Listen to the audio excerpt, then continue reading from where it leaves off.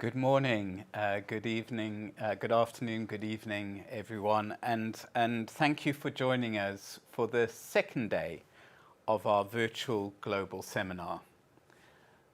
Yesterday, we heard from members of the IAIS Executive Committee as part of our EXCO dialogue, in which we covered off progress with key aspects of our current roadmap and also discussed work on key strategic themes and looking ahead to the next 5 years under our new strategic plan. For those who missed it, the video is already available on our website. But today, we will do a deep dive into two topical elements of our roadmap. First, we will have a panel discussion on insurers' asset management in a changing interest rate environment. This will consider the implications of increasing investment in private assets, increasing use of cross-border asset-intensive reinsurance, and the implications for the risk profile of life insurers. Then secondly, we will have a panel session on the use of artificial intelligence in the insurance sector and looking at how supervisory tools can be used to address emerging risks from its deployment. During today's session, a QR code will be displayed. Please have your phones ready to scan the QR code so you can join some live polling on both panel sessions. So with those brief introductions, I'm now pleased to hand over to Charlotte Gherkin, Vice Chair of IAIS Executive Committee and an Executive Director at the Bank of England, who will moderate our first panel. Thank you, Charlotte. Over to you. Yeah, thanks very much indeed, Jonathan, for introducing our panel on insurers' asset management in a changing interest rate environment. A welcome to everybody and particularly warm welcome to a fantastic panel that Joe Perry on the IAIS has assembled. I would like to just ask each member of the panel to just briefly introduce themselves. The full biographies of all the panel members are on the IAIS website. So if I start with Stefan. Thank you, Charlotte. Stefan Holzberger, Chief Ratings Officer at AM Best. Delighted to be here. Thank you. Kaisuke? Good afternoon and good evening here in Asia. This is Keisuke Kawasaki from the Chief Investment Officer for Nippon Life. Honored to be joining you here. Thanks, Tim.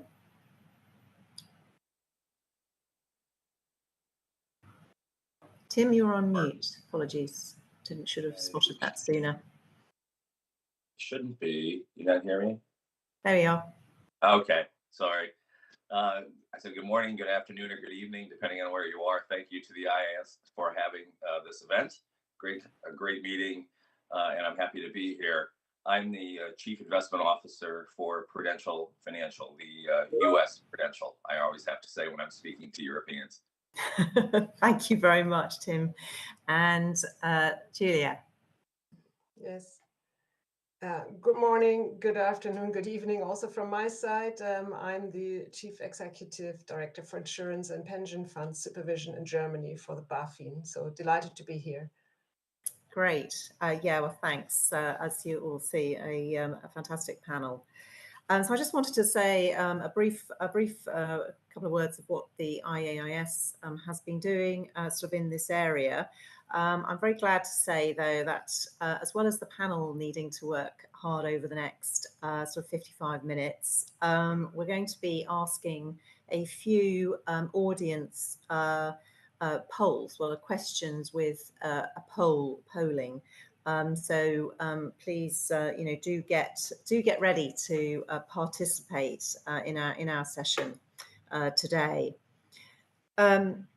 On the IAIS side of things, one of the most kind of relevant sort of pieces of work or studies that we've been doing is around structural shifts in the life insurance sector.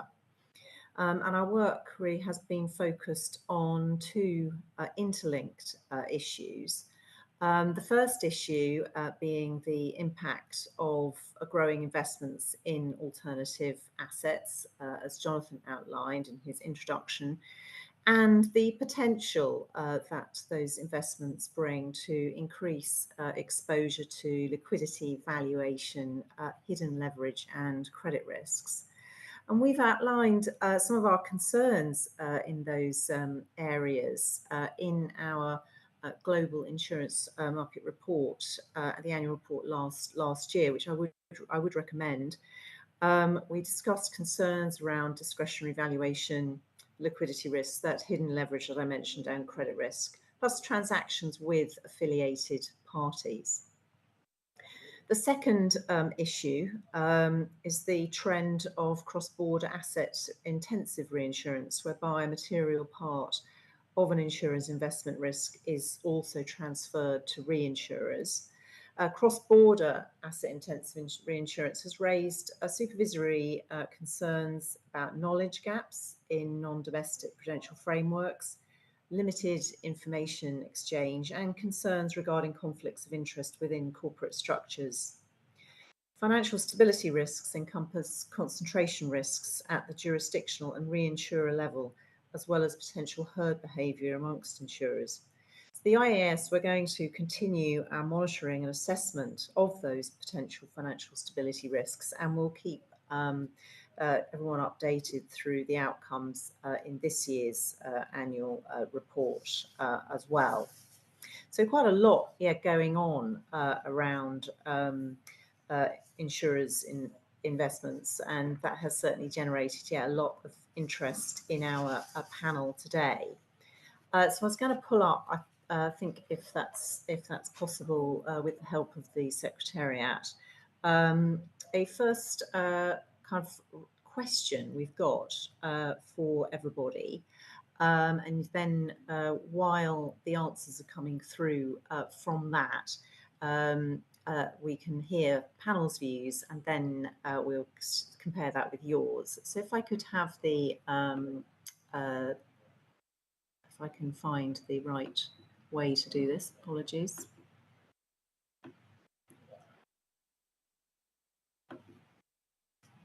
Could I have some help, please, from the Secretariat to work this small slide?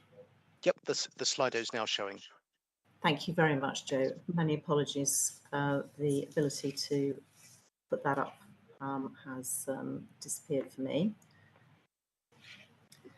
So that question, the first polling question is, what impact will the changes and volatility in the current interest rate environment have on insurers' asset allocation over the coming 18 months? And just one answer, please, between 1, very significant impact, 2, significant impact, 3, moderate impact, and 4, minimal impact.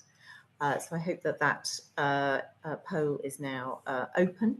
I'm happy to be correct, Joe, if I also need to do anything further with that for now. But can I then turn to the panel?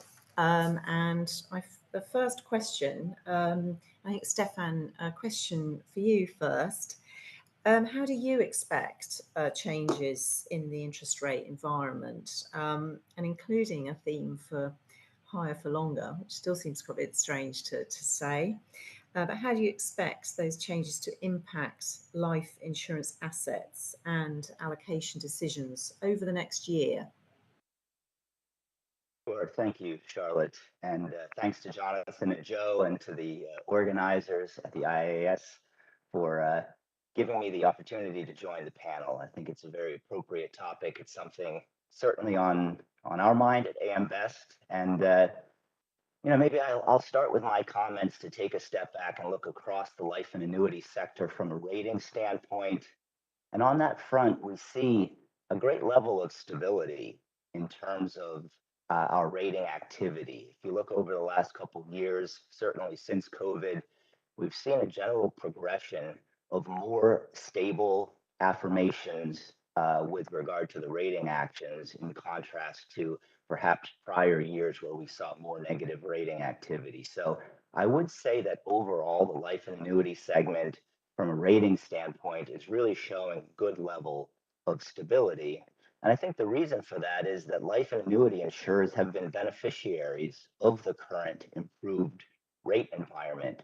And if you couple that with the demographic trends, baby boomers in the United States, older generations where the wealth tends to reside looking for retirement and fixed income products, it's been an extremely favorable environment for the segment overall. And we're seeing that in earnings, we're seeing that in capital growth and new business revenues. We've seen a manageable level of surrenders for the segment and really no signs of disintermediations. In the United States, for example, the banks continue to sit on the sidelines. So the insurance policies for life and retirement tend to be the best opportunities for these folks looking for savings and retirement products. I would say if you look at the United States, for example, uh, individual annuities have surged over the last 3 years, record growth year over year.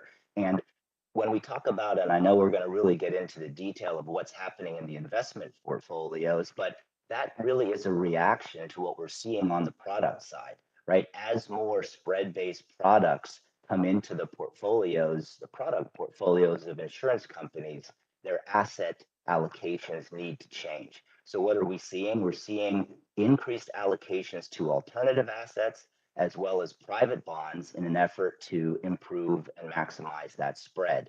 And really, overall, we expect that to continue.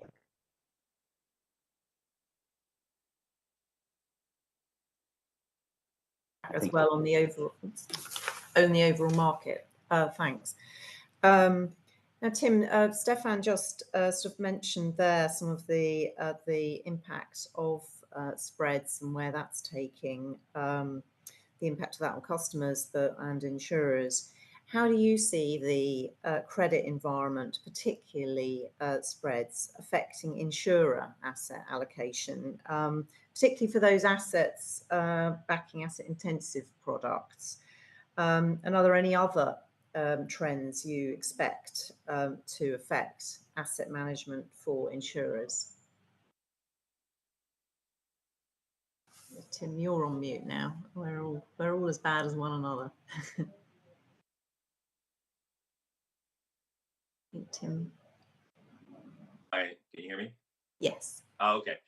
So I was just going to start off by saying, generally speaking, I think there's been two surprises to most participants in the market over the last year. The first being that rates have stayed high for longer.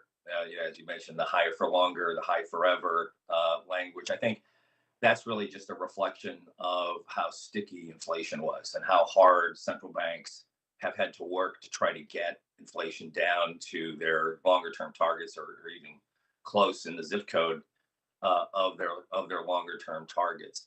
So that's been a bit of a surprise to the market. And as Stefan said, that higher rates have generally been good for insurance companies. I think we'll talk about that a little bit later. The second surprise, at least in the U.S., I think, has been the resiliency of the economic environment in an environment of high rates. You've seen only recently some relief or some stress a little bit showing up in the employment numbers, and maybe you're going to see a little bit of a pivot on the Fed's part to talk more comfortably about rate cuts. But the overall resiliency of the credit markets and corporate earnings, I think, has been really the second surprise in the context of these higher rates. So spreads, as you mentioned, in generally are tight. They've come off of their recent tights, but in general, our view would be that spreads are pricing in a soft landing. Some people might go so far as to say that spreads are pricing in perfection in the credit markets. I'm not sure that that's quite true, but they definitely are pricing in a good economic outlook and no immediate near-term recession of any kind. So there are still pockets within investments and the investment markets where spreads are attractive, and I think you have to be incredibly selective as we are trying to be as well. At Pru, and I'm sure this is true for most other insurance companies, the asset attractiveness or the attractiveness of credit assets in the marketplace is really looked at through multiple lenses. I can't think of an investment role that's more complex than insurance. And maybe even more so for public insurance companies. You've got statutory lenses, you've got accounting or GAAP lenses, you've got tax lenses, you've got competing priorities and competing constraints and sensitivities to deal with. So obviously, we all look at the attractiveness through these multiple lenses.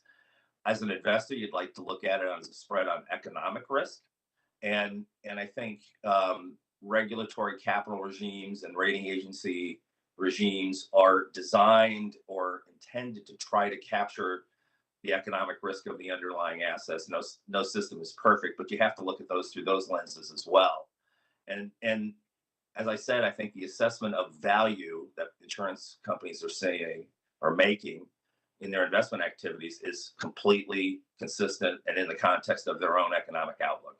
If you're viewing a soft landing or a relatively benign economic environment, I think you're going to see people pursuing and buying credit spread assets at these spread levels, even though they are at historically tight levels, because you're basically going to get the carry of those investments, not much more in the way of total rate of return from spread compression, and people are going to be comfortable with that. If you're concerned about recession risk, I think you're going to look at these spread levels and think they're too tight in many markets.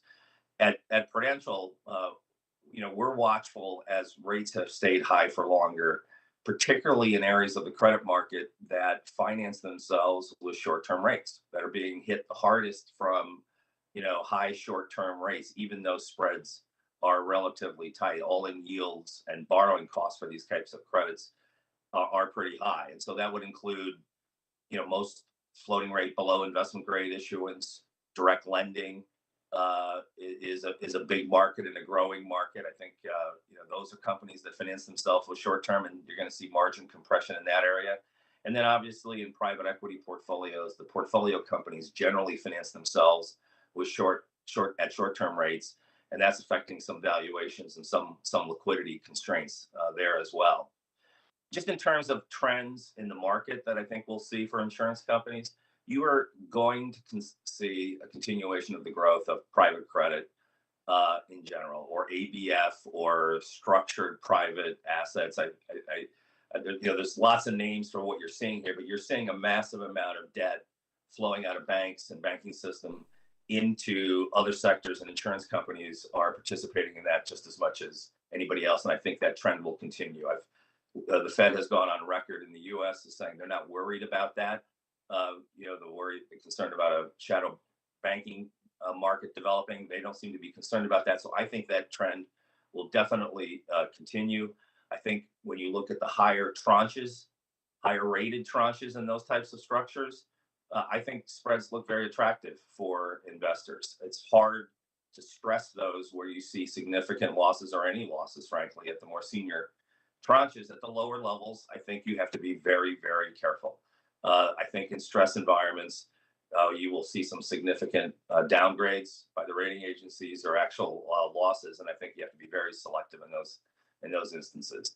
And then just finally, for insurance companies, spreads are what we look at as compensation for risk, and you have to feel. I know my team feels that we have to be compensated for the risk, but yields fund liabilities, and in that sense, as Stefan said, that insurance companies like higher yields. That's been good for insurance companies. It makes products cheaper for our customers and clients, and particularly for longer duration liabilities that assumptions were made about long-term rates for tail cash flows.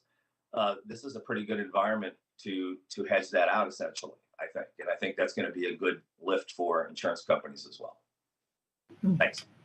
Thanks very much, Tim. And well, it's just as well that you do want to perhaps kind of go into the private credit side of things more, because we're certainly going to do that later on in this session as an important area. But I know particularly your remarks about kind of selective, whether it's the kind of public traded debt or indeed the private sort of credit side of things. I think about kind of rates and yeah, very sort of very different sort of kind of rate environment by sort of kind of in history terms, at least. But Keisuke, on the change, how are the changes in the interest rate environment and investment yield affecting insurers in Japan? So the rates have been quite a kind of different history. All right, thank you, Charlotte. Well, I see a new landscape for Japanese life insurers right here. I guess in Japan, interest rate has been on a declining trend for over 30 years. And at the moment, I guess we haven't seen any interest rate rise as we see today. I guess in my view, Japanese life insurers are facing two first-time experiences. The first one is the relationship between the average assumed interest rate and the interest rate itself. In Japan, over 30 years ago, insurance products were sold with assumed interest rate around 6%. Declining interest rate led to a situation to negative spread. And to overcome such situations, Japanese life insurers expanded their investments to more riskier assets such as foreign bonds and a topic here, private assets, alternative assets. And but now I guess interest rates have been rising, and the interest rates on the 30-year JGB has exceeded the average assumed interest rate right now. And this environment makes investing in ultra long JGB attractive for managing liabilities. And Japanese life insurers are finding value in yen investments. The second is, again, 30 years ago, asset liability management, ALM, practices were not well established and asset durations were extremely short. Now, I guess, however, many life insurers have extended their asset durations and preparation for the introduction of economic value based regulations. And for the first time, life insurers are entering a rising interest rate environment with ultra long term assets. However, I guess in this rising interest rate environment, it creates a challenge of unrealized losses expansion on the asset side. For example, for Nippon Life, domestic bonds had an unrealized loss of around 1 trillion yen as the fiscal year ended March 31st, 2024. Since these long duration assets are the results of matching strategy with the long duration of liability, this doesn't impact solvency, but the unrealized losses in accounting terms could lead to a reputation risk. As a result, there may be a move to limit yen bond investments. Each Japanese life insurance company is in a different situation, I guess, right now, led by its corporate strategy. As in the past, I guess we all look like the same altogether. Some companies already have asset duration exceeding their liabilities, while others may process of lengthening their asset duration at the moment. And some companies may look into heavily on foreign currency dominated insurances because of the rising foreign interest rates and weaker yen.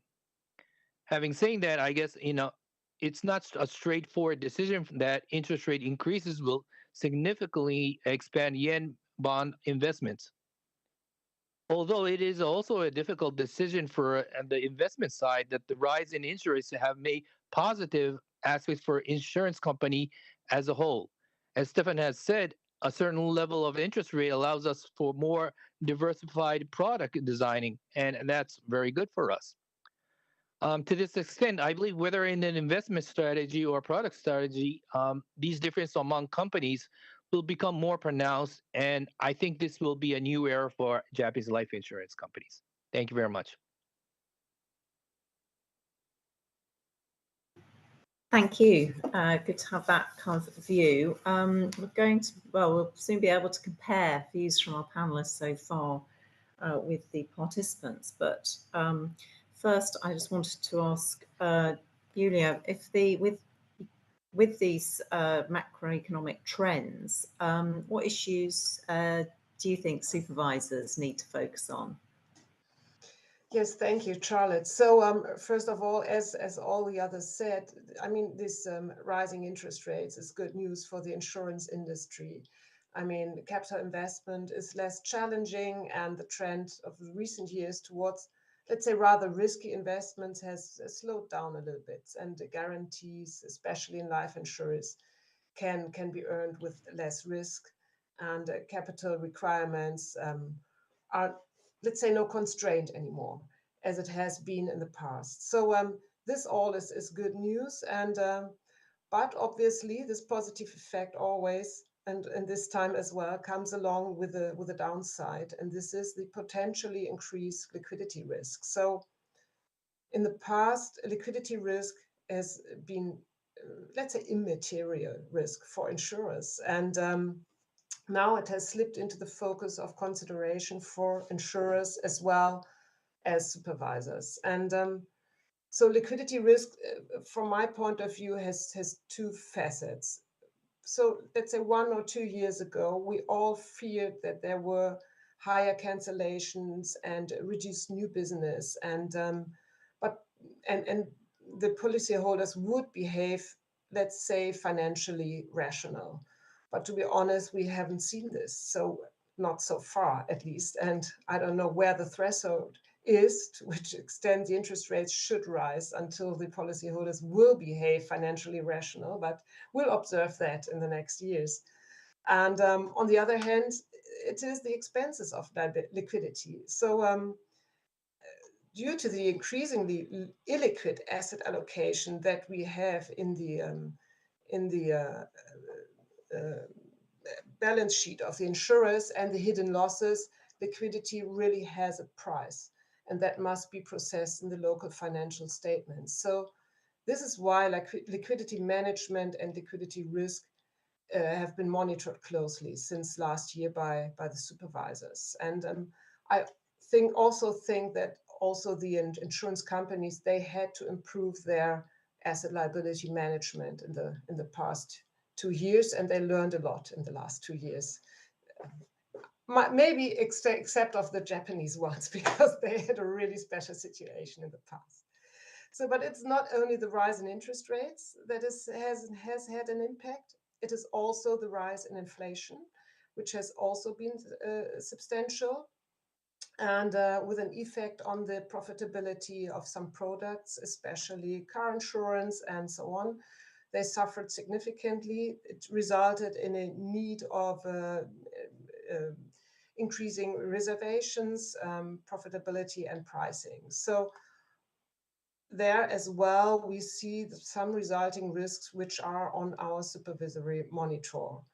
And then when I look at the investments, so all the risks that are in the investments of the insurers, you know, there have been some worrying developments when we look at the real estate market, especially commercial real estate in particular. So overall, I think there's a less challenging investment environment, but it is challenging in terms of risks in the asset allocation, and that has to be monitored very, very closely by the supervisors. Thank you.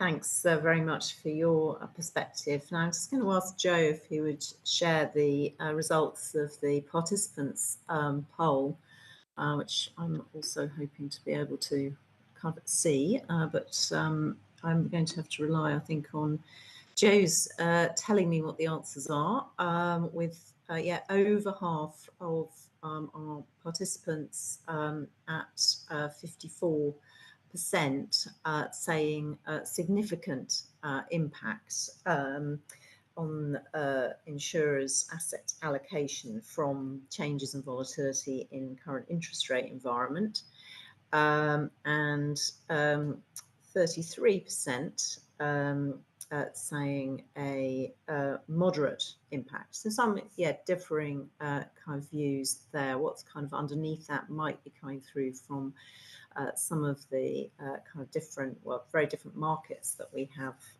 and geographies as well. Didn't ask whether it was going to be a significant positive impact or not, but that seemed to be generally the view of the panel. So there's nobody can. I'd suggest we do kind of have to move on because this has already been a lot discussed and a lot more to do.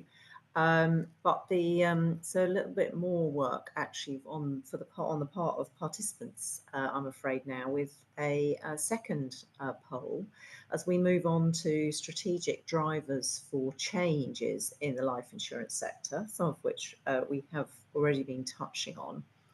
And the question is, which hopefully you'll see on your screen just now, is what implications does the increased use of asset intensive reinsurance and allocation to alternative assets have for the risk profile of life insurers? And again, one is significant increase through to actually 5 significant decrease for risk profile of life insurers. So on those strategic drivers, and I think we'll just have to take a couple of contributions from our panel. I want to sort of ask you, Stefan, how credit rating agencies view the increase in the allocation of life insurers to alternative assets and the growing use of asset-intensive reinsurance transactions. Sure. So when we speak with our clients, many emphasize that their alternative assets are kind of lower risk comparatively. I think, as Tim mentioned, they're investing in the senior tranches where they have the embedded protections from the lower tranches. They're highly rated and they're well diversified. So, of course, at the rating agencies, we tend to trust but verify.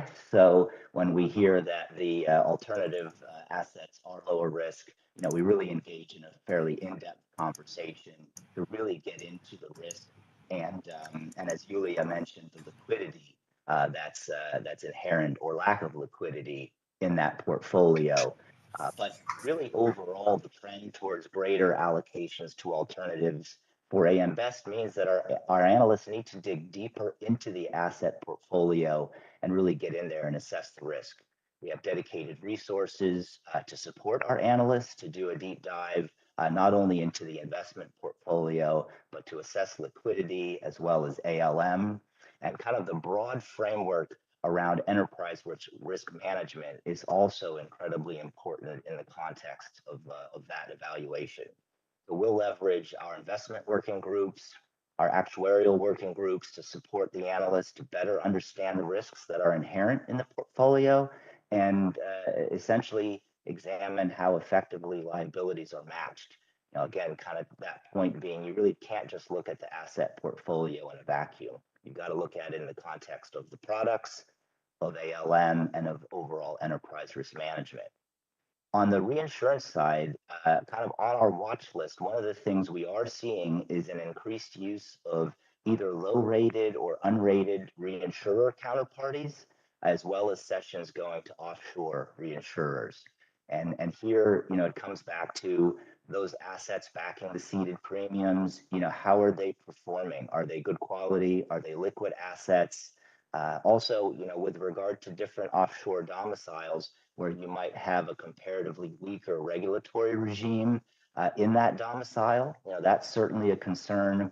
There we have to really evaluate what are the capital requirements in that domicile, what's the level of engagement by the regulator, how actively are they surveilling the companies in their, under their jurisdiction. So that is a trend that's kind of on our watch list. Overall, the insurance companies, I would say, are making very prudent decisions in terms of their asset portfolio, as well as who they choose as their reinsurance counterparties. But of course, there are always exceptions to that rule. And in those exceptions are where we really need to dig in and assess the risk more thoroughly. Thanks very much, Stefan. And Tim, I gave a bit of a view from the IAIS in my intro about what our annual report and our global monitoring exercise had identified. So from the kind of regulation supervisory side of things, and how do regulatory capital and reserving requirements inform your asset and liability management practices, particularly thinking about asset intensive products? Tim, you're on mute. Yeah. I've been unmuted. Thank you. Let me just say a few things about that. First, most private assets used by insurance companies are not new. And when I started in the insurance industry managing insurance portfolios, this was back in the mid 80s, insurance companies largely held what would be considered alternatives, in the sense that anything other than public bonds or public equity would be considered alternatives. And the portfolios were largely private credit, real estate equity for most of the mutuals, real estate mortgages. And it was really in the 80s when really disciplined ALM started to develop in the U.S. construct with the regulatory environment. And I can tell you, I couldn't agree with a number of the things that Stefan said more. It's all about understanding the liabilities, understanding the liquidity needs of those liabilities, disciplined ALM. It's hard to sweep everything into one bucket as whether it's good or bad. It has to be taken in the context of the liabilities and the discipline and management around that. So I would say, in general, insurance companies have played in this alternative investment area, if you're talking about privates, for decades upon decades. And they're not new. They are less liquid, but not illiquid necessarily. And I think we have to make a distinction between, less liquid and illiquid. There's been a lot of secondary market development in private assets that has facilitated liquidity in those areas. Valuations is another issue that we have to focus on, is how do you value those private assets? And I think there again, it depends on the rigor and the discipline that the investors have in terms of how they value those. There's no question that it's harder to value a private asset than it is to pull a screenshot off of Bloomberg and have a very good market value. But that doesn't mean they can't be valued. And again, given the nature of the liabilities that we have, the relatively illiquid nature of most of those liabilities, you can have a significant amount of your portfolio in illiquid assets and still have very good ALM discipline, and at the same time get protections and things that exist in the private market that don't exist in the public market, that enhance the credit quality of the overall portfolio through cycles, and also provide yield enhancement that makes products cheaper for our clients and our customers, which is good for not only the industry but society in general. They are more complex, and I think regulators need to be aware of that. And they're not all created equal. They are more complex assets, and you need to be sure that you have the capability to underwrite those complex assets. And a lot of it comes down to stress testing as well. You need to understand how those assets will perform through various cycles. So, to effectively manage these risks, I think you need to focus on liquidity, valuation, and complexity. You have to look at what insurance companies are doing to manage how they manage those risks. Like Prudential, for instance, we have extensive liquidity stress testing at portfolio levels, at legal entity levels, at the company level, different economic environments. We look at what in the portfolio could be liquidated over X period of time and how that compares with how our liabilities could become liquid over horizon. You have to look at those two pieces together. We also have thorough oversight from our risk organization of our credit underwriters in terms of what their rating methodology is and how that compares to the public market rating methodologies, as well as how those assets have performed historically through cycles. We have decades of experience in watching how our private credit portfolio has performed through cycles with defaults and recoveries and losses. And we know that those, for us, have been significantly better, stronger assets than what you could get in comparably rated publics. And I think that needs to be considered. I also think with regard to the complexity, you have to be sure you have deep credit and structure underwriting capabilities. It's really important to understand the structures of these complicated instruments, especially when you're talking about the structured finance ABF that's coming out. You have to understand the waterfall of cash flows. You have to understand what the risk cushions are below your tranche, and what scenarios will those cushions not be sufficient. And you have to understand that as well. So, we rely on our internal asset manager, PGIM, for that. But if you used a third-party asset manager, you would want to due diligence that very, very thoroughly. But I do think these are issues that are worthy of focus on the part of the regulators. But it needs to be done in a very specific manner with regard to how insurance companies manage those risks. So there are more tools than just capital charges. There are liquidity stress tests, playbooks for liquidity generation, things like that I think have to be all part of what's in the toolbox. Thanks very much, Tim. That does kind of bring in kind of nicely not only the capital and reserving requirements but risk management as well. I think I'll turn to Julia then around the supervisory considerations here.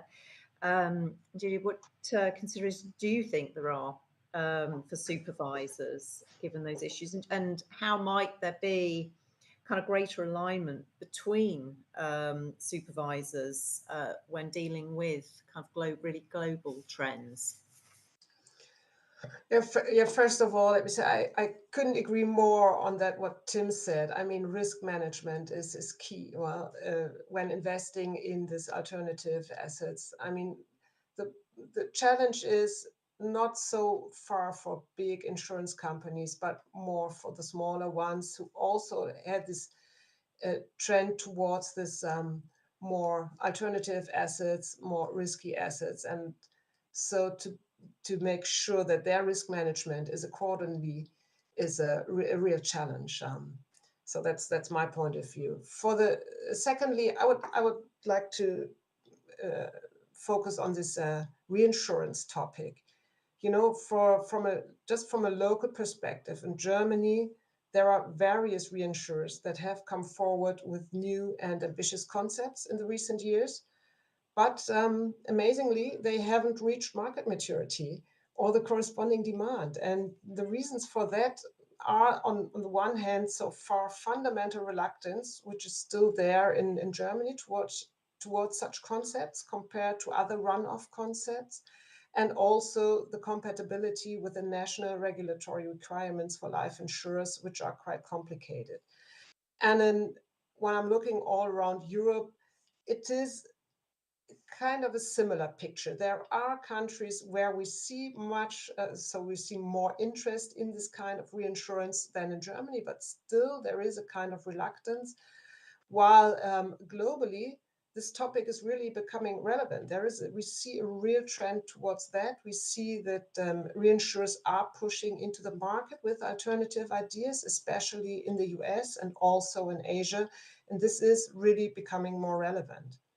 So speaking for Europe, we are still skeptical because we see there are some significant risk associated with that kind of reinsurance, such as the credit risk, which is difficult to assess, obviously, due to the reinsurer's special business models, and also the link to the private equity associated insurance groups.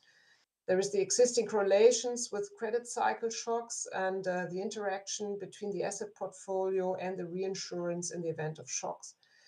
And at the end, it's clear the risk is not gone.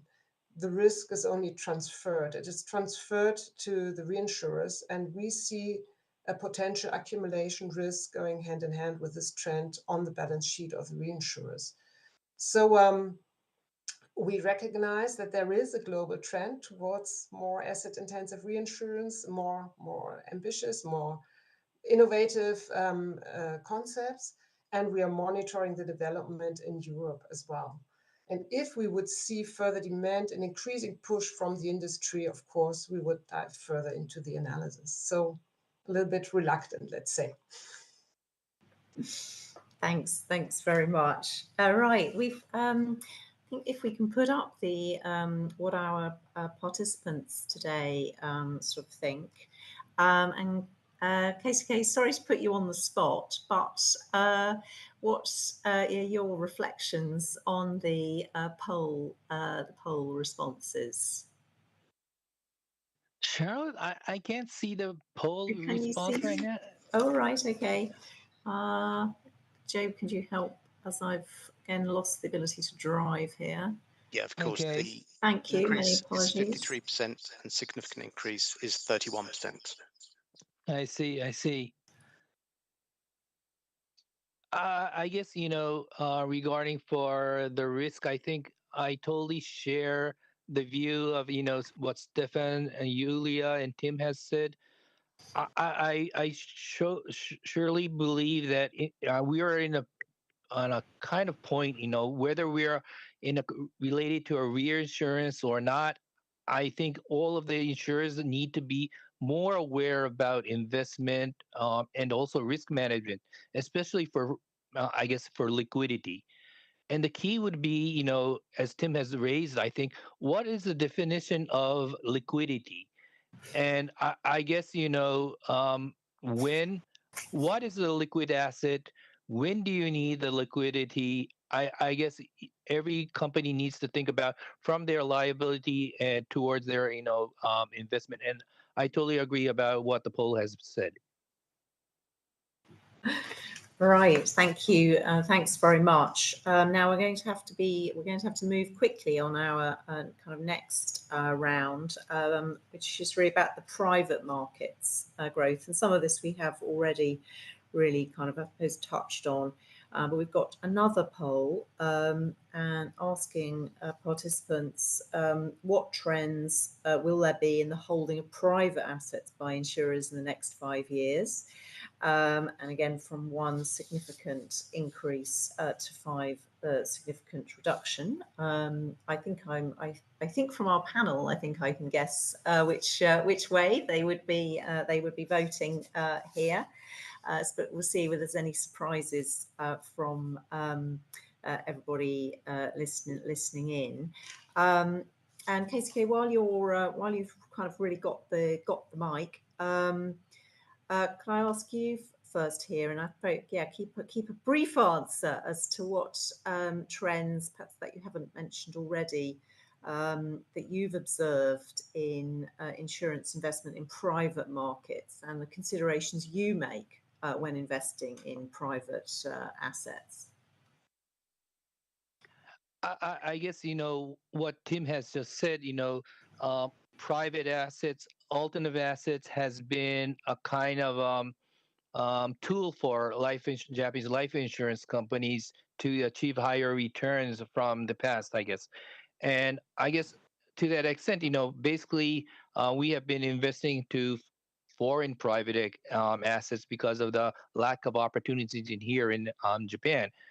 To that extent, I guess we have been heavily using outside managers. So I guess the due diligence for finding good investment manager has been the key for us to invest in ultimate assets.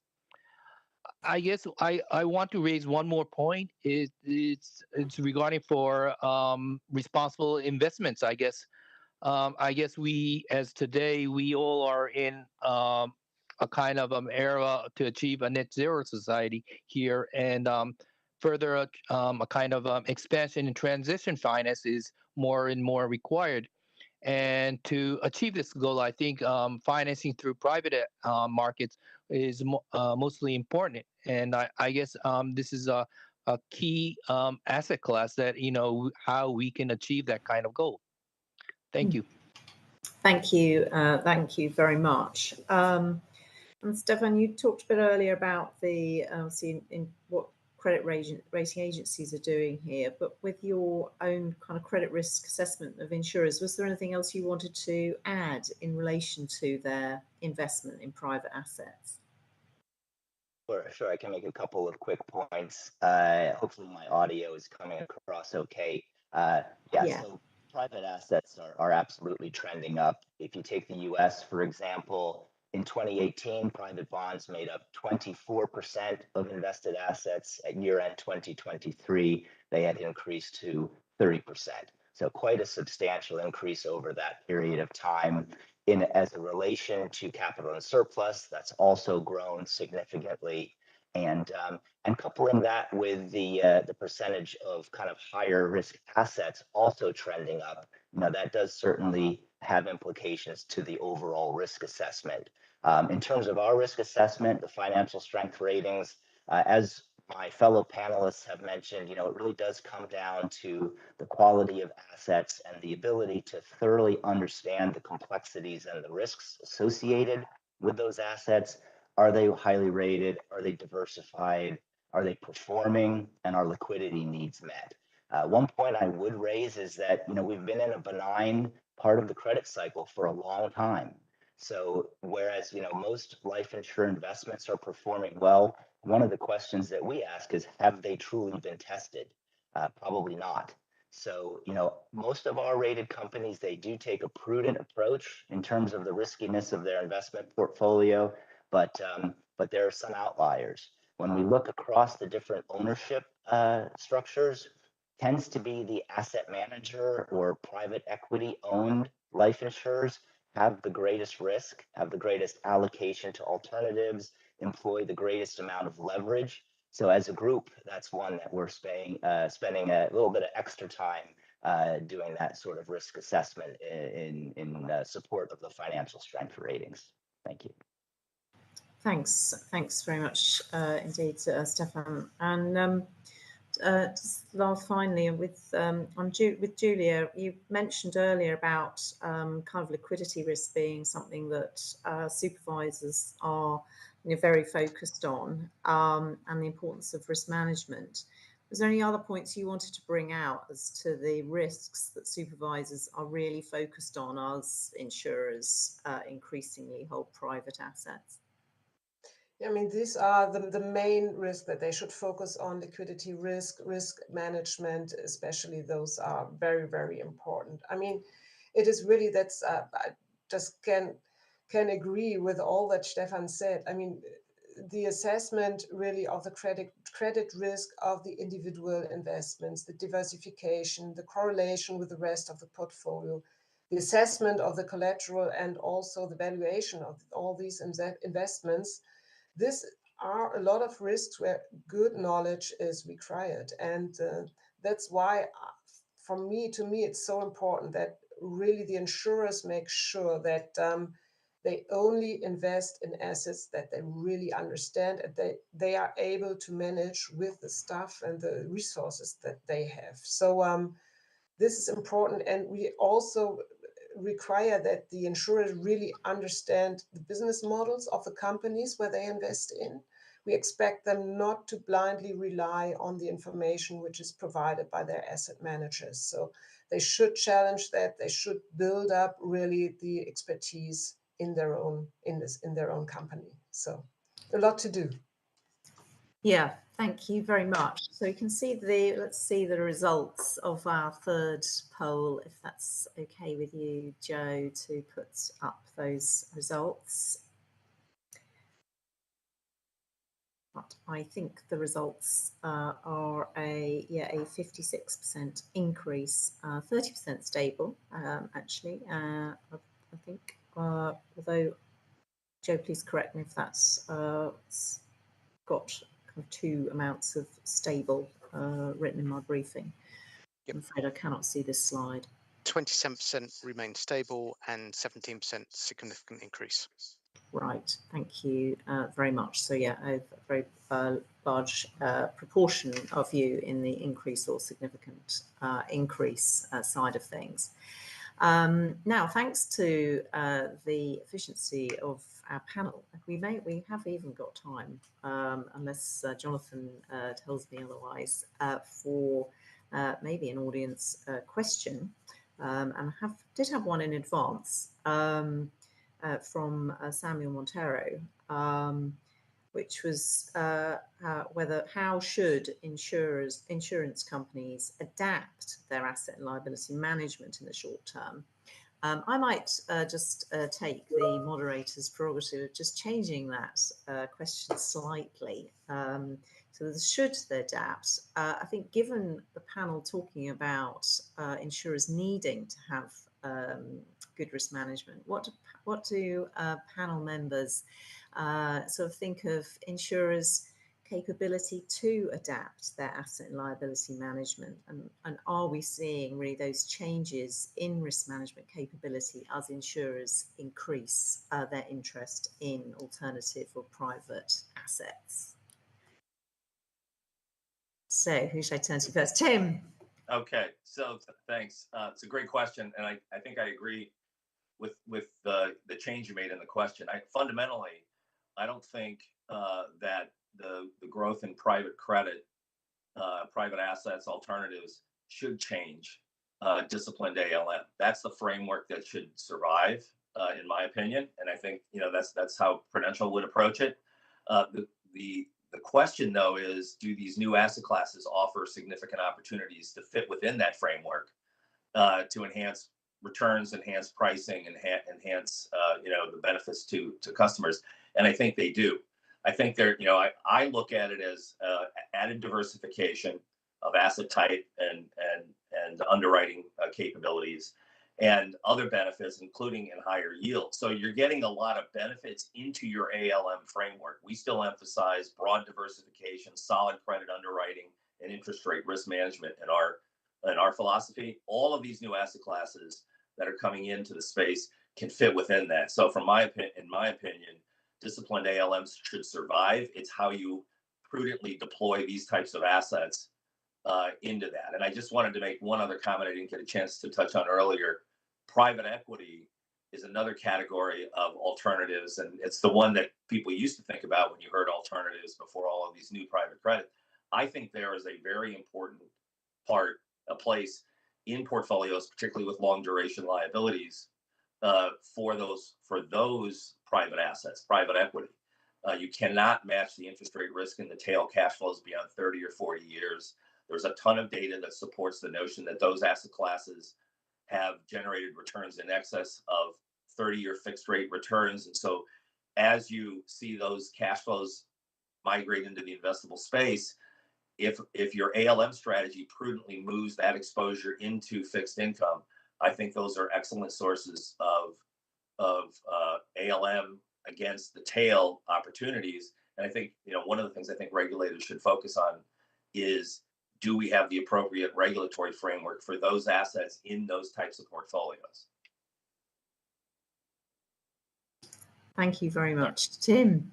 Unless there's, I think, any other panel members determined to have the last word, then I think we can kind of move to sort of conclude our session. Thank you. Well, thank you all very much, participants who've dialed in for taking part in the polls that we've run. And obviously a massive thanks to our panelists as well, kind of a virtual at least round of applause to you for really kind of giving us there's a kind of a mix of the fundamentals, as Tim just said, in asset liability and good risk management, stress testing. But also, I think some of the new sort of topics here for insurers and those who advise insurers to really think about in terms of the nature of some of the assets that insurers are investing in, and making sure that those are kind of well understood from both an ALM or rate yield perspective, but the underlying credit fundamentals as well. So a very big thank you to the panel, and thank you very much to the IAIS for organising this session today. And I can hand back to Jonathan. Thank you. Great. Thank you so much, Charlotte. And also thank you to the panel for what was a very interesting discussion. And I think definitely those insights will feed into the further work that we're doing on this topic as part of our global monitoring exercise analysis this year. So next up is our panel on artificial intelligence, another very topical issue, one on which the IAIS has also been taking forward work. So last year, the IAIS undertook a stocktake exercise of supervisory practices and developments on AI in 12 jurisdictions. And this year, we're working on developing an application paper, which will provide more insights for supervisors on supervisory practices with respect to the use of AI in the insurance sector from both a prudential and a conduct perspective, with particular focus on governance issues, including model risk governance.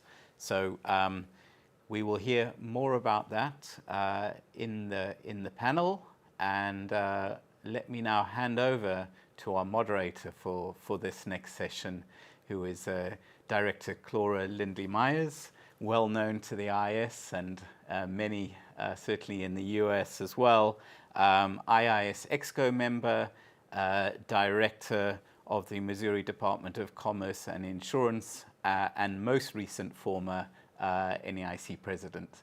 Great to see you, Clara, and over to you. Thank you so much for that introduction, Jonathan. I want to wish everyone a good morning, good afternoon, or good evening. I want to thank you so much for joining us for this conversation as we discuss how supervisory tools can be used to address emerging risk from its deployment. I will ask the panelists to introduce themselves, and I will note that their biographies is on the Global Seminar website. We will start with you, Petra. Yes, hi everyone, and thank you, Clara. Happy to be on the panel. I'm Petra Hielkema. I'm the chairperson of EIOPA, the European Insurance and Occupational Pensions Authority, but more important for this panel, I am the chair of the FinTech Forum at the IAIS. Henrik? Henrik Naujoks. I'm senior partner at Bain & Company. I'm leading our APEC financial services practice, 30 years now working with our clients on topics, and most recently, obviously, a lot on analytics and Gen AI implementations. Thank you. Erickson? Hi, this is Erickson Chan. I'm the Chief Information Officer, Chief Digital Officer for Zurich Insurance, based in Zurich, Switzerland. And last but certainly not least, I am going to call on Benoit. Thank you. So I'm Benoit Lallemand. I'm the Secretary General of Finance Watch. We look at this from the public interest perspective and provide technical expertise to senior policymakers, mainly in the EU, but also at international level. Thank you so much. With that, we will launch right into the governance and accountability. And I will direct this question to you, Petra. The IAIS is developing an application paper on AI. Can you tell us about the issues being considered as the paper is being developed? Yes, I am happy to do so, Clara. So for those who may not remember, last year the IAIS looked at the ICPs that we have and asked the question, do we need major changes to deal with AI as supervisors? And we concluded we do not. we can work with the ICPs, but we also included we need more detail on how to actually do that in reality. And that is what we are drafting. It's the application paper on AI, and it will consider a range of AI-related issues, looking at the supervisory practices that need to be developed when we are supervising AI. We will align our work with other international setting bodies like the OECD and the G20, and we will, in that context, incorporate the insurance specificities. And what I want to say with that is that there's a lot drafted currently on AI, also for supervisors. But as the IAIS, we really want to focus on the insurance specificities and how that is anchored in a proportionate and risk-based supervision. And then we will address 4 broad areas, and I'll briefly touch on all 4 of them. Now, the first one, an important one, is governance and accountability. And here, the focus will be on an effective integration of AI risk and management of AI risk into the existing enterprise risk management, and including with that appropriate human oversight. So it will consider the roles that need to be taken up by the board, by senior management, and also to ensure that there is accountability in decision-making processes. So that's the first, have it embedded in your organization as you do with all the other tools you use in your risk management and governance. Now, the second topic we touch on is robustness, safety, and security. And this will consider the governance around the AI models themselves and the assessment of the robustness of those models, as well as their security. And it will highlight issues around the importance of infringing copyrights, but also intellectual property rights. But in the end, what it is for is that the tools you use are robust, and they are safe, and they are also secure, also when it comes to possible cyber concerns. Now, the third one is transparency and explainability. And here we really come in the field of consumers. And it considers the importance of ensuring fair consumer outcomes when AI systems are used in common practices, and also how what you use and that needs to be tailored to information that is actually needed by different consumers. And it will also consider the need for robust governance of third-party risks. For instance, in common with existing supervisory practices, there is an expectation that insurers cannot delegate responsibility for AI activities undertaken by a third party. So consistent with the ICP on effective governance and the other ICPs, there should be good arrangements in place when you use AI, also when it comes to explainability and transparency in relation to consumer needs. And that comes then to the final point, and that really touches on consumers, and that is fairness, ethics, and redress. And it will highlight the need for AI systems to incorporate fairness by design, and it's because it should ensure always good consumer outcomes. Now, this part of our paper will consider the importance of maintaining a good data quality, given the significant additional data that will be used when you use AI tools, but also the need to focus on causal relationships and not just simple correlations. And it will also consider the extent to which insurers should be able to assess the outcomes generated by AI systems and their broader impact in a society. And then you need to think about affordability, exclusions, but also mutualizations. So those are the 4 chapters we're working on, Clara, and we hope to bring some results by the end of the year. Thank you so much, Petra. We'll move into the next question, which I'll direct to Henrik and Benoit. And we'll start with you, Henrik. What key governance and accountability issues are insurers focused on as they look to greater adoption of artificial intelligence?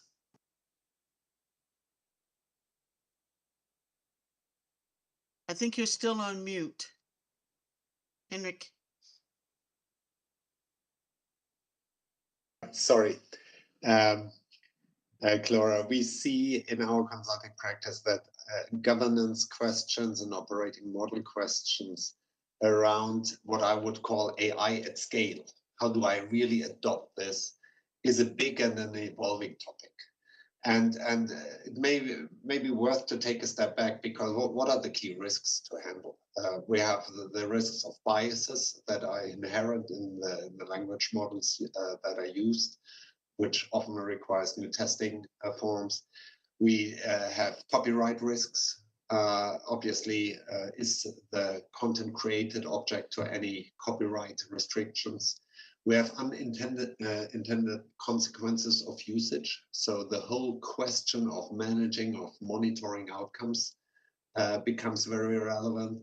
We have obviously the now more well-known risks of using cloud services, so data privacy, data residency risks. And the other component that I would raise in this context is that we see also a development from the governance for AI models versus Gen AI models, because at AI models, you have basically, you can validate them more traditionally. What I would say, there is the model aspect and there is the technology aspect, which is about, for example, access control, access management, data residency. At Gen AI, you are building applications. And this requires often a much more integrated governance to handle the risks. And if I now translate this into the operating model and some of the organizational implications, we have traditionally often separate data and analytics organizations. So we have a chief data officer and we have a chief analytics officer. And if I put it bluntly, the chief data officer is playing defense, very much protecting, securing, or watching out data security and compliance. And the analytics officer is the one who is responsible for value creation, playing offense. I think what we see increasingly, that these two roles are combined in order to drive business value across the full data lifecycle, and basically creating a unified view of data across both the value creation side and the security and compliance side. But this is it's a topic that is, I think, on top of the mind of many, if not all, insurers, and where we see also an evolving trend. And if you go into other industries that might be more advanced in some of these topics in analytics, applying analytics and AI, there are some, I think, good learnings from them, as, for example, going more into a direction of integrating these two functions. Thank you so much. And Benoit, you can speak on this same question. Thank you. Yeah, so first of all, we extremely reassured by the very comprehensive approach developed by that Petra mentioned a minute ago and adopted by EIOPA and of course also IAIS. Another good news, as you might know, is that as part of the AI Act in the EU, there's a definition of 2 high-risk use cases for the financial sector for AI systems, when they use one to evaluate the creditworthiness of a person, and then for the risk, so that's more on the bank side, and then for risk assessments and pricing for life and health insurance of a person. So we suspect that this issue of AI in relation with these issues and these risks will remain high on the radar of EU supervisors and regulators. So that's all good. As I said, if you allow me to take a step back just 1 minute, we look at this from a public interest perspective, and so yes, insurance sector serving society, and how can AI enhance that capacity, and also citizens having access to basic, fair and simple financial services, which they need to fully participate in society, right? And so the thing is, these financial services, these needs, they've remained pretty simple for a long time, and the related gaps in terms of the offer also have remained pretty stable, where we've seen an increased complexity within the offer of financial services. And so we see a risk that AI just increases this complexity and this opacity also from a customer perspective. And so again, at this level of sort of the meta governance, we see an important role for supervisors and regulators to strike the balance between the expected benefits of AI in the sector and the costs and the risks. And if I may, because I worked on that for 2 or 3 years, the same question was asked when high frequency trading became a big thing in the EU. It was already in the US. And to make it really short, the sort of capacity that supervisors would need nationally and internationally to actually properly supervise high frequency trading would literally cost billions to taxpayers, right? So do we want that? So I just want to say before we go on, let's keep that balancing act in mind in terms of, again, the expected benefits. And we see, added customer value with the introduction of AI to some extent, but we think the costs and the risks are quite important in an environment where, of course, the private sector will be looking to compete and maintain or increase profitability. So that's all okay, but again, that creates a tension with the sort of public service nature of the insurance sector. Thank you, Benoit. We will move on to Erickson. I'm going to ask you, what use cases do you have for AI, and what changes have you made to your governance as you implemented these changes? Yeah, thanks for the question, Clara. First of all, I just want to echo what Hendrik touched on earlier, is that when we now dealing with AI or using AI, the offensive side, like data analytics, and the defensive side, security, they need to look at it together these days. And it's not only on the AI side, but generally on digital transformation. We need to look at this end to end. This is why many of the multinational corporate, like Zurich, is combining the CIO role and the CDO role in one, like myself. So in order to balance the risk and value here. So, and what AI is not new, as mentioned before. So as a knowledge company, we have been using it for quite some time. The use case that we are talking about is more so about generative AI, because this is new, only started about a year and a half ago. So we leverage the core capability of the generative AI, a large language model, is the capability of extract information from text, a large document or thousands and thousands of documents from unstructured data to structured data, which was not possible previously. And then to do summarization. These are core capabilities of the generative AI model. And then also use is to build a knowledge board to help our employees. So all of our use case so far is only using it to help our own employees to be more productive, more equipped, do things more faster and at much higher quality. So everything is an assistive approach. So helping our underwriter, helping our claims adjuster, and call center agents. So, and we always keep, we do not use the large language model directly liaise with our customer today. So they are all assistive approach. So that is called a human in the loop approach. So what governance framework or changes we have made? Well, because this is just like any new technology, we want to be a bit more preemptively, to be a bit more cautious to avoid any unintended results here. So we, of course, similar to what Petra mentioned earlier, is pretty much the same to set a number of principles. Maybe I'll bring a little bit more color on those principles, how we apply. So definitely we care about the reliability, then how we use the AI. We need to prevent any bias in the outcome. So therefore, we have using our risk management framework, code of conduct to govern that, and then also have a human in the loop as a human oversight, so that to validate the result. So safety was mentioned earlier. So what does that mean to us? We make sure all the LLM or large language model only being deployed and used in a private protected environment. We don't use any public model in a public environment. So, and then we transparency that is also the case, then we will make sure whenever we use AI, we declare it. We declared it clearly to our customers that this is the case and how we are using AI, so we can explain the outcome.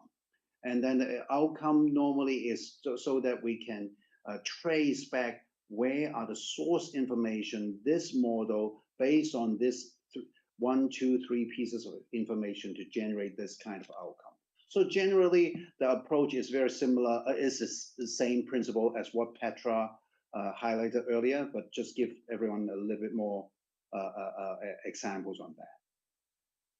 And Erickson, when you're talking about, unbiased information, I guess, you want to make sure, and I want to know how you do this. You want to make sure that that your implications for the governance and accountability doesn't, distort any customer data in particular. Can you kind of talk about that? Yeah, definitely. I think first of all, the most important thing is the quality of the data. So then we need to make sure that quality of the data is there. And then we have a assessment framework. Assessment framework, the key of that is make sure that I think when we talk about bias or maybe use the term of fairness, is often it's not because the intent is not being fair. The often is the lack of consideration of fairness of this having this process. That is the issue is there. So then that is why we have this assessment framework before any model being rolled out to check if everything is what is intended to do. So that is give us a much better confidence. So before things get rolled out, is that is the intent we originally set out to be. That's great. So we're going to now move into round 2, the transparency and explainability. So I'm going to ask that the polling question comes up, please. Thank you. Which is, will insurers be able to effectively explain artificial intelligence models to the supervisors? And so we will be making that available so that you can answer that question. Which means now I will go into, I'll ask Erickson to tell me what extent can we expect AI models to be explainable? Are they explainable to the common person? This is a interesting question. So because it depends on AI model or generative AI model. If it's AI model, definitely we have been explaining that we can quite establish approach how to explain the outcome. But generative AI, which is the new one, started about a year and a half ago, the intent of generative AI is to create new information, to generate new information. So it is inherently, it's very hard to very particular how to explain how the AI model works itself. But then that does not mean we cannot explain the outcome. We cannot explain how the AI model works. That is, but then we can still explain the outcome. So this is why we need to create a lineage, is the traceability, so that when there is outcome coming from the model, we need to be able to explain what information this outcome was based on. It's like a citation or approach, so that when the outcome is there, a person like ourselves, underwriter, can go back to validate that. So cases like we do have AI application that compare, for example, a claims submission versus the policy coverage. So, and then the AI model will be able to make an assessment, so with the outcome. But then the most important thing, and then we need to be able to tell, is this outcome is traced back to which clause in the policy coverage document, and then which part of the claim submission. That is because of this two pieces of information to generate the outcome. So we can explain what the outcome was based on. But technically, because of the generative AI nature, you cannot explain how the model really works. That is so that is some nuance there. But it does serve the purpose. It becomes explainable. Thank you. Henrik, would you like to give your perspective? You're on mute still.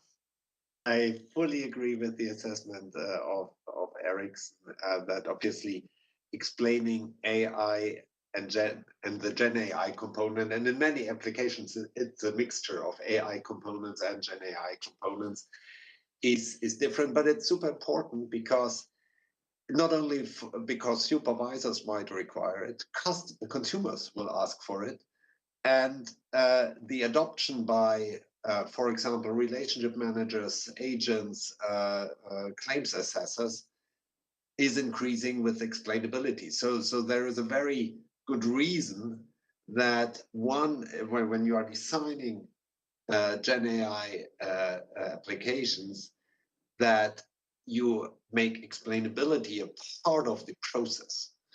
And I give you an example. We developed a relationship manager advice tool, which is based on Gen AI and AI components, and basically building on consumer data and the chief investment officer view and other contextual data.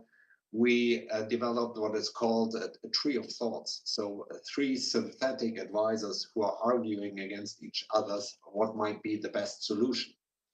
And the result of this, the reasoning, was made transparent or is made transparent to the agent or to the relationship manager, which helps them to understand why do they come up with this product that I should recommend. And we developed this in 14 weeks, but including the agents. Just to be very frank, we measured each week, are they accepting it? We measured it with something called Net Promoter Score. And the Net Promoter Score, which can range from -100 to +100, started very low. And each week, as we made them part of the solution and as they start to understand how this works and they could give input, etc., at the end of this process, we had a Net Promoter Score of 80%, which means 80% were really enthusiastic about this supporting tool for them. And they understood what is happening. They didn't understand, as Eric's mentioned, you don't understand exactly how this works, but they understood the outcome. And going back also and echoing a bit about what Erickson said, at the end, what we have to make sure is how can you evaluate that the output is predictable and repeatable, number one. And the second is, how do I make it explainable, which means referenceable, traceable information, what is actually used. And the second is, can I validate the output? Can I look for factual correctness? Can I make sure the right context, the right tonality is used? So for me, explainability is more than simply satisfying supervisor needs. I think it's essential to create adoption at scale and to create the consumer acceptance. Thank you. The next question I'm going to direct to Benoit, and then after that, we will look at the results of our polling question. Benoit, what are the key issues of transparency and explainability for the use of AI models, and what considerations should there be on consumer outcomes? So if you could kind of address that, and then we'll look at our polling results.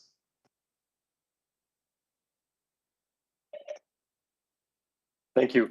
Yeah, I think as we just heard these terms, these notions, and I think the very possibility of these notions of transparency, accountability, explainability might be essentially challenged by AI, right? So the combination of massive databases, very powerful processing, large language models, machine learning create capacities which are way superior to to the human brain and our mental ability. So I think it means these notions become very challenging, and I think a good recipe would be in this space to advance at a pace where we gradually learn to manage these new dimensions. A principle should be, when it comes to explainability or transparency, that the burden is on the supervised firm, right? So in a way, it shouldn't really matter whether you use AI or you use an Excel sheet to prove that you're managing your risks effectively, right? Or to prove that you're not abusing customers, but instead you're serving customers properly. So yeah, this could be a sort of technology neutral perspective from the supervisor. But so again, that means AI cannot be a black box for the insurance companies. We heard from Ericsson, it's far from being the case. But it is the case with in some elements of machine learning where it is big, and we also heard that, not even to mention generative AI, where it's hard to see why and where exactly a decision has been made, and again based on what. So I think again, these are challenges to the accountability element. And as mentioned by Petra earlier, in terms of accountability, it should also go beyond retail issues, but cover any potential economic or societal harm resulting from the use of AI. And here this should be a strong incentive for firms to properly test their systems in a way that anticipates any potential such harm to materialize. I think in terms of the potential outcomes for consumers, we will discuss that at the next question. So I think I'll leave it there for the moment. Thank you, Benoit. And if we could see the polling results, please. So it looks as if roughly 59% is saying no, and 41% is yes. I think, or did I get it wrong? Let's see. Yes. So, and so that, that basically for that polling question, which is, will insurers be able to effectively explain artificial intelligence models to supervisors? The overwhelmingly sort of, because it's 50, about 59%, it is, no, that you won't be able to do that. So I will go now to Petra to ask her about what challenges do supervisors face in developing supervisory regimes that provide for effective transparency and explainability. How do we overcome this 59-41 split?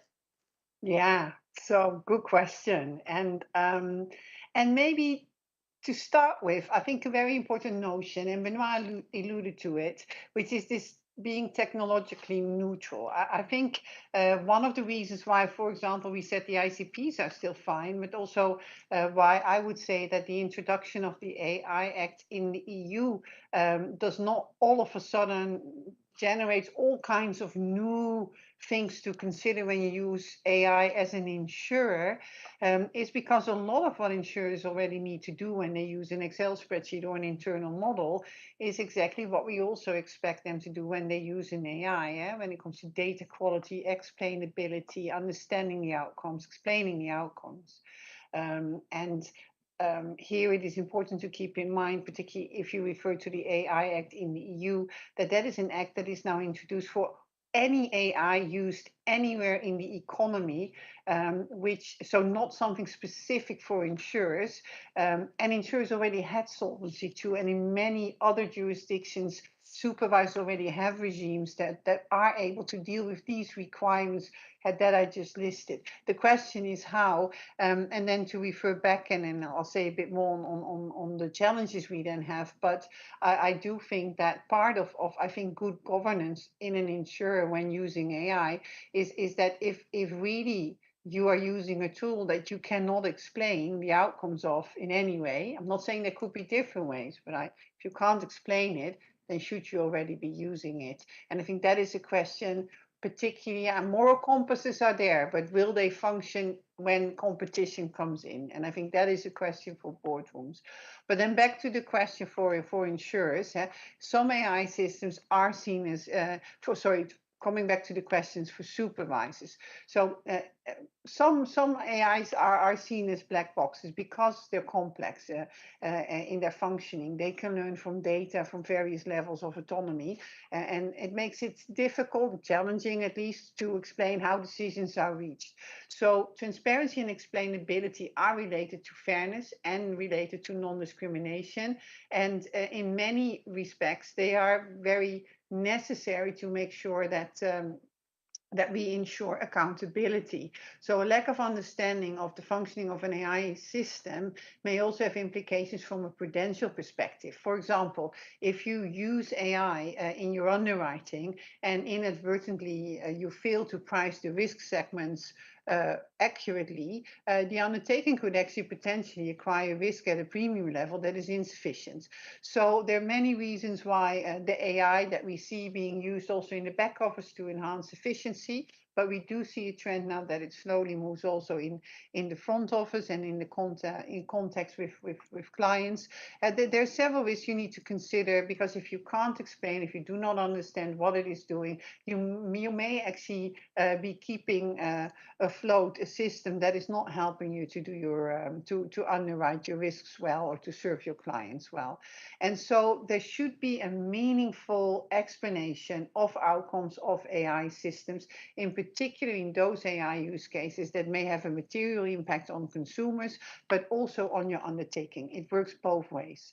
Now, on the issue of transparency and explainability, that should be assessed in conjunction with other governance and risk management measures. For certain use cases where the use of complex AI systems results in limited explainability, there, of course, Ericsson, I think, alluded to that, particularly with generative AI. It may be difficult to avoid that. You will at least have a challenge with explainability, and particularly the AI systems that are used to analyze unstructured data sets like images, like video, like audio, or text. There, the implementation of complementary governance measures such as adequate data governance, the use of guardrails or human oversight becomes very, very relevant. On the one hand, if consumers, if they have a damage, can just simply send a picture to the insurer and then get a very quick answer, that can be really interesting from a consumer perspective. But it does mean that in the assessment of the picture, both the damages as well as potential fraud, the tools that I use still need to be part of an outcome to the consumer that is a fair outcome, and that can also be explained in the case there are questions. And that also means, if you're working on that as an insurer, that different stakeholders will require different types of explanations. Not all the stakeholders that you work with need the same information, have the same technical knowledge. And I think organizing for that as an insurance entity, I think is helpful. I mean, given that typically consumers have a limited knowledge of AI, I think they would require very plain and simple and easy to understand information, not involving excessive technical language. But in contrast, other stakeholders like your auditors, but also your supervisors, will most likely require comprehensive and technical information showing that you are in control. So finally, from a supervisory perspective, how do we deal with third-party service providers, including big techs, but also others, because they play a role and they share therefore also a responsibility, taking into account intellectual property rights of third parties. There needs to be consideration from a supervisory perspective. And supervisory, they should ensure that insurers not only obtain the adequate information and reassurance from the third-party service provider about the characteristics, the capabilities, and the appropriate fitness for purpose or limitations of materiality that is important to the AI system that they outsource, but it should also include adequate governance policies and perform appropriate due diligence to affirm compliance. So I think in general, what the challenge for supervisors will be is that maybe the thinking on how we look at explainability, what we accept as a good explanation. There, I think through additional governance requirements and a conjunction between strict rules, but other governance requirements and risk management measures, there is room for the use of tools. At the same time, there may be technologically possible tools out there that's simply for using them for serving customers in the insurance industry, it's too early because of all the things I just mentioned.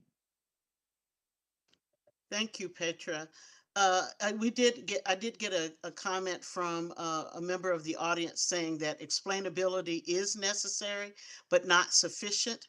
The AI outcome must be disputable.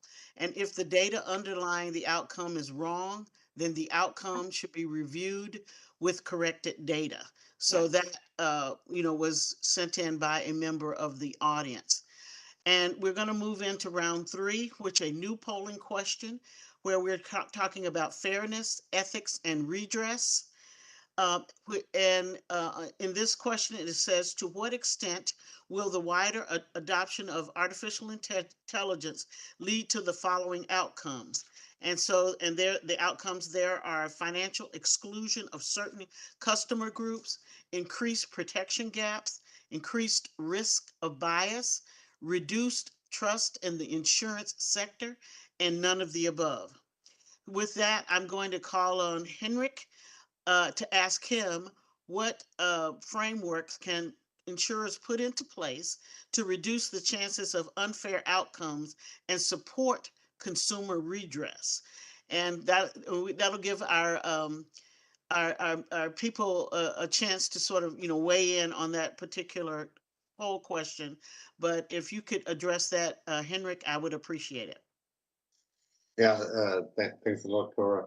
And I think it's less about the concrete framework you're using, but how you get it basically in motion and enforce it. Because there are different frameworks.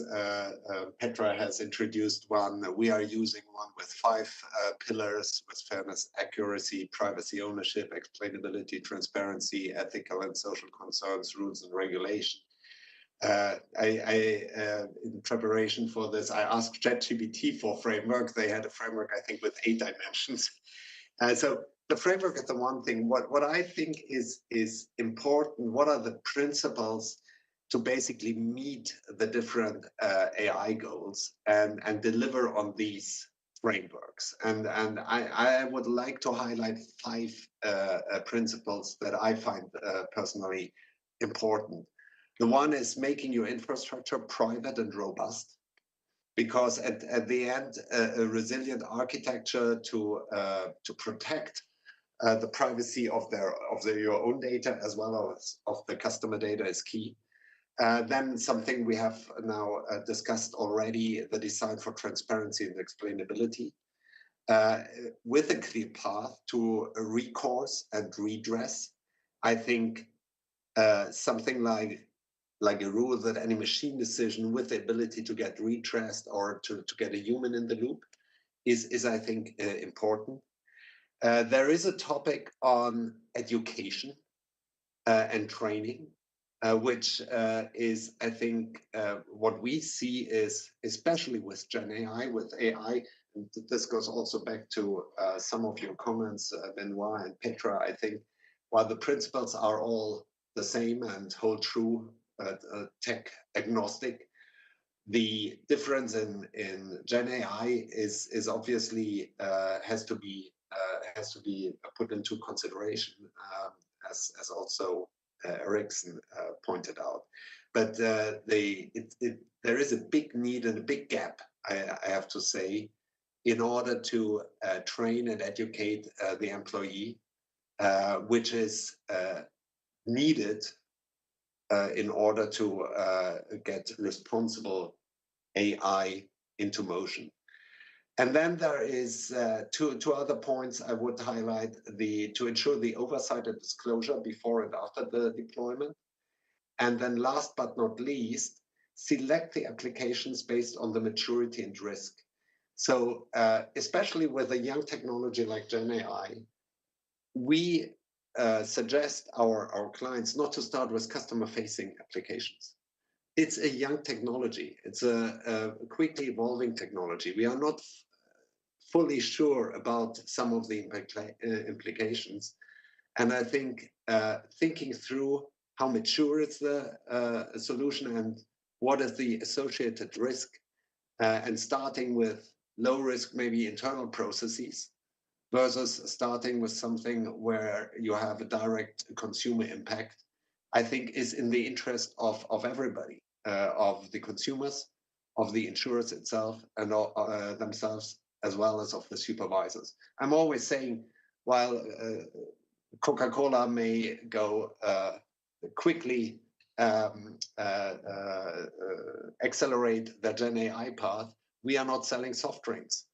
We are selling financial products, the industry, and one of the most important things is trust. And therefore, I think this last principle to be aware on when and how to select the applications and to implement them and to deploy them is another consideration among the others that I've already mentioned. Thank you. I'm going to move to Petra. What steps do insurers need to take to ensure fair and ethical outcomes for consumers when they're using AI? And how can effective redress be effectively maintained? Yeah, so that is a key question, Clara, and thanks for asking it. And I'll go back to this fairness by design approach that I earlier mentioned, an approach that should be embedded throughout the AI system lifecycle. And I'll touch on what that means then in practice, because let's get practical, per some of the topics that I earlier mentioned that have our focus. So let's look at governance and risk management systems. What would that mean in practice? It means that we would expect insurers to develop ethical guidelines to the extent they do not already have that. I know many insurers are working on those or have them in place, but you need to have them in place. Ethical guidelines, frameworks, and an infrastructure that guide the responsible and ethical and trustworthy adoption of AI within the organization. In a way, it's not complex. This is what you need to do, and then you need to stick to it. Data quality. Ensure that the data used to train AI models is representative and free from historical biases. Have checks and challenges on that, and make use of complaints and feedback also from consumers if there is a signal that maybe some of the data might still be biased. Often a bias is you can only see it if it's mentioned to you, and then all of a sudden it becomes visible. Use those techniques to just upgrade your data sets to a level that really supports the use of AI in a good and fair way. It also involves diversifying data sources, scrutinizing the data, etc. Transparency and explainability, what does it mean in practice? Here it means that you design algorithms that are transparent and explainable. That's the first. That is what you design, and that is not somewhere happening in the tool. No, that's what you put into the tool. You need to be able to meaningfully explain how decisions are made to be able to identify any potential bias in the process. So you need to work on this.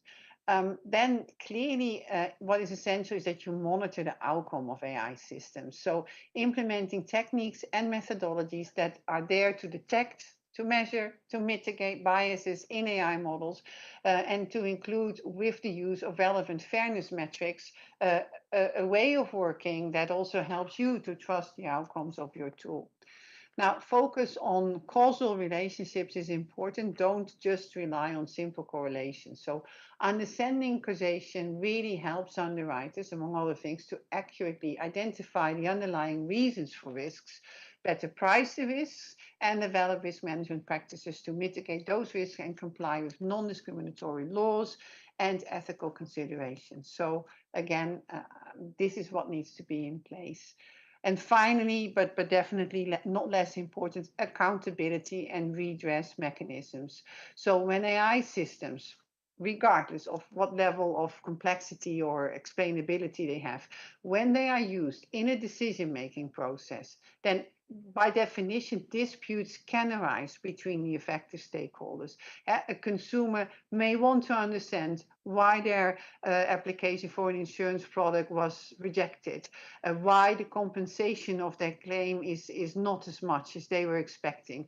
This happens. This happens today. This will also happen after a decision that was also made with the help of AI. So supervisors should ensure that insurers have in place, so first of all, insurers should have in place an effective and fair and transparent redress mechanism, both for complaints and for claims disputes. And in particular, insurers should be able to give a meaningful explanation about the claims or complaints resolution determinative factors. And why is this, I think, especially important in the case of AI? Yeah, of course, it's because you are accountable and you remain accountable for the explainability. But moreover, there is, and you feel that in this discussion, there is this genuine hesitation of AI and a computer deciding for me, and then what if the computer says no? The better insurers have in place a mechanism that when there is a concern, when there is a complaint, when there is a disappointment in how much was compensated, that there is not a computer talking back to the consumer. There is not an answer that says, but the computer said so. That actually there is still the human that is the insurer that explains why it happened, why that was, or maybe an insurer that learns from the consumer that the decision wasn't actually misinformed by the wrong data and then improves. If as an industry you get that right, you not only build the trust in insurance, but you very much also, I think, we have the trust in insurers using AI, and that should not be a concern. Whereas now these concerns are very much there. So I think very much an item to focus on when you are developing the use of AI in your organization. Thank you, Petra. I'm going to ask that the polling results come up before I go to Erickson and Benoit for our last few questions so that we can take a question or two from the audience. And what we're looking at here, the rough poll indicates that 90% quicker underwriting, cheaper provisions, 43%, increased bias, 43%, financial exclusion, and reduced trust is 20%, and financial exclusion is at 36%. Looking at, our rough poll results, Erickson, what approaches and areas are you focused on for ensuring good customer outcomes? Yeah, I think the theme is very similar to the polling results. Our focus is, because I mentioned earlier, is assistive approach. So we're not changing the core, our core processes or the business model. So we are using generative AI these days to make our claims settle sooner, service quality better.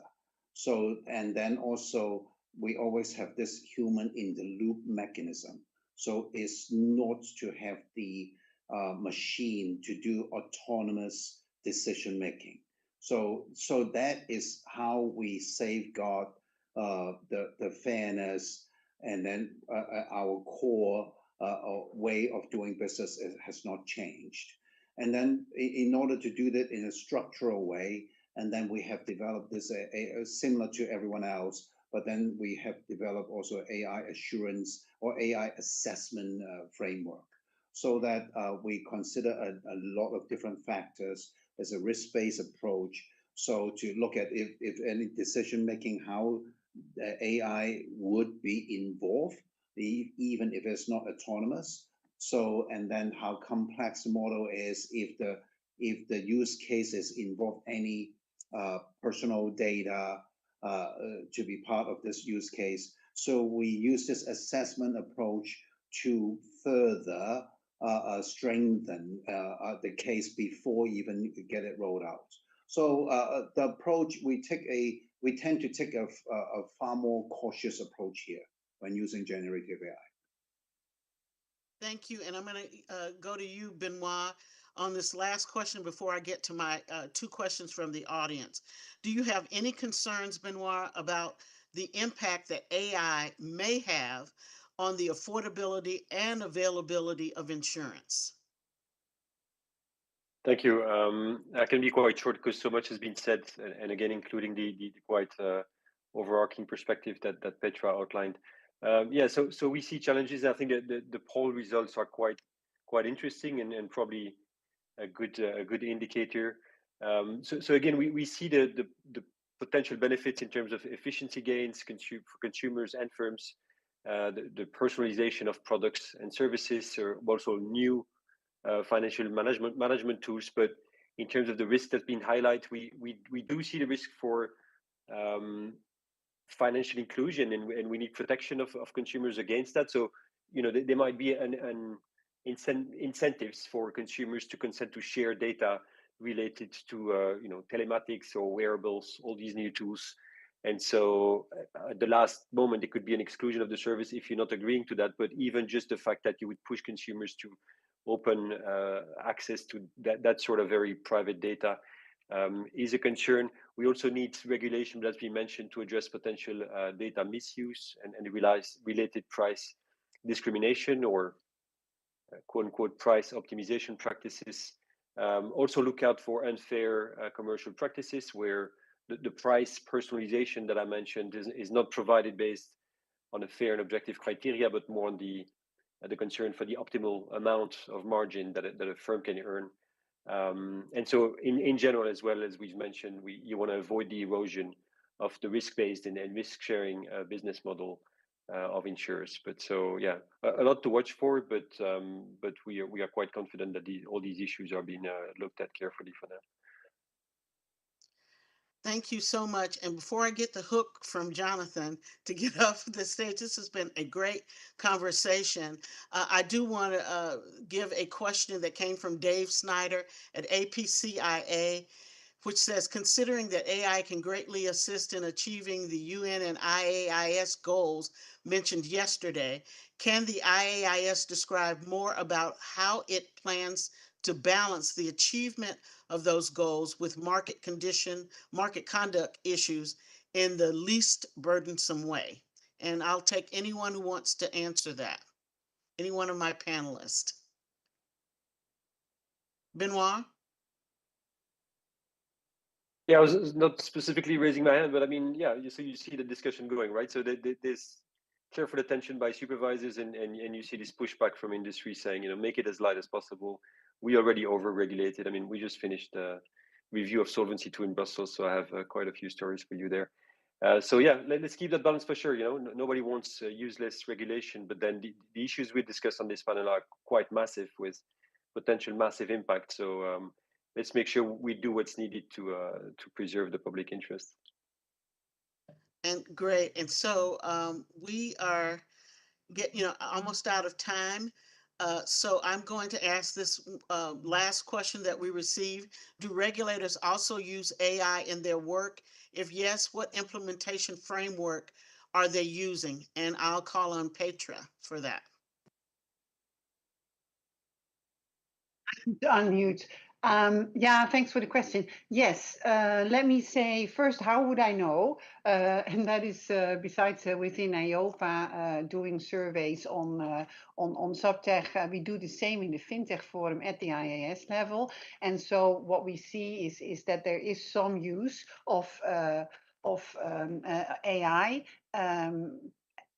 Carefully. I think what is the first consideration when we start using AI as supervisors is all the rules that we have in relation to confidentiality of the data that we use and that we get from the industry. So understanding what tools we put the data into and how then confidentiality is safeguarded, but also particularly if you move to generative AI, what will the outcome be, and does the outcome then include anything that could be confidential? So I think this is part of the questions that we are asking ourselves currently. But I can say that there is a use and we exchange on how we use that. I can also say that we are doing another survey this year within the FinTech Forum on subtech, not like what tools do you use, but we are saying that what tools are successful, what subtech tools are successful, and why are they successful? So what are the key factors?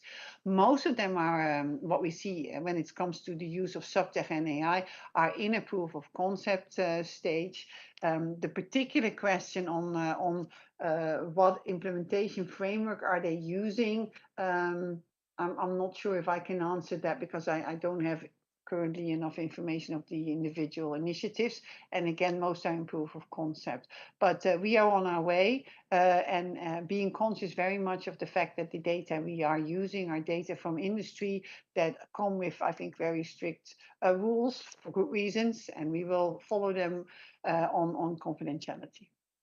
Thank you so much to all of our panelists, and I will toss it back to Jonathan. Thank you for having us today. Thank you, Clara, and thank you to all the panelists for an excellent discussion. I think lots of work ahead on this topic, but good to know that we can, I think, tackle it within our existing framework of insurance core principles and standards, particularly on governance and market conduct. Thank you to all of you online for joining us. That's it for today. We will be back tomorrow with the committee chair dialogue to hear about more detail on the work of the different committees. If you're not already registered, you can still register on our website. Also to say all of the recordings from our sessions this week will be on our website by Friday this week. If you want to see them ahead of that, you can access them on the IAIS's LinkedIn channel already. Lastly, you'll be receiving an email shortly with a link to a brief survey. We'd greatly value your feedback on this session. With that, thank you, and hopefully see you tomorrow. Bye-bye.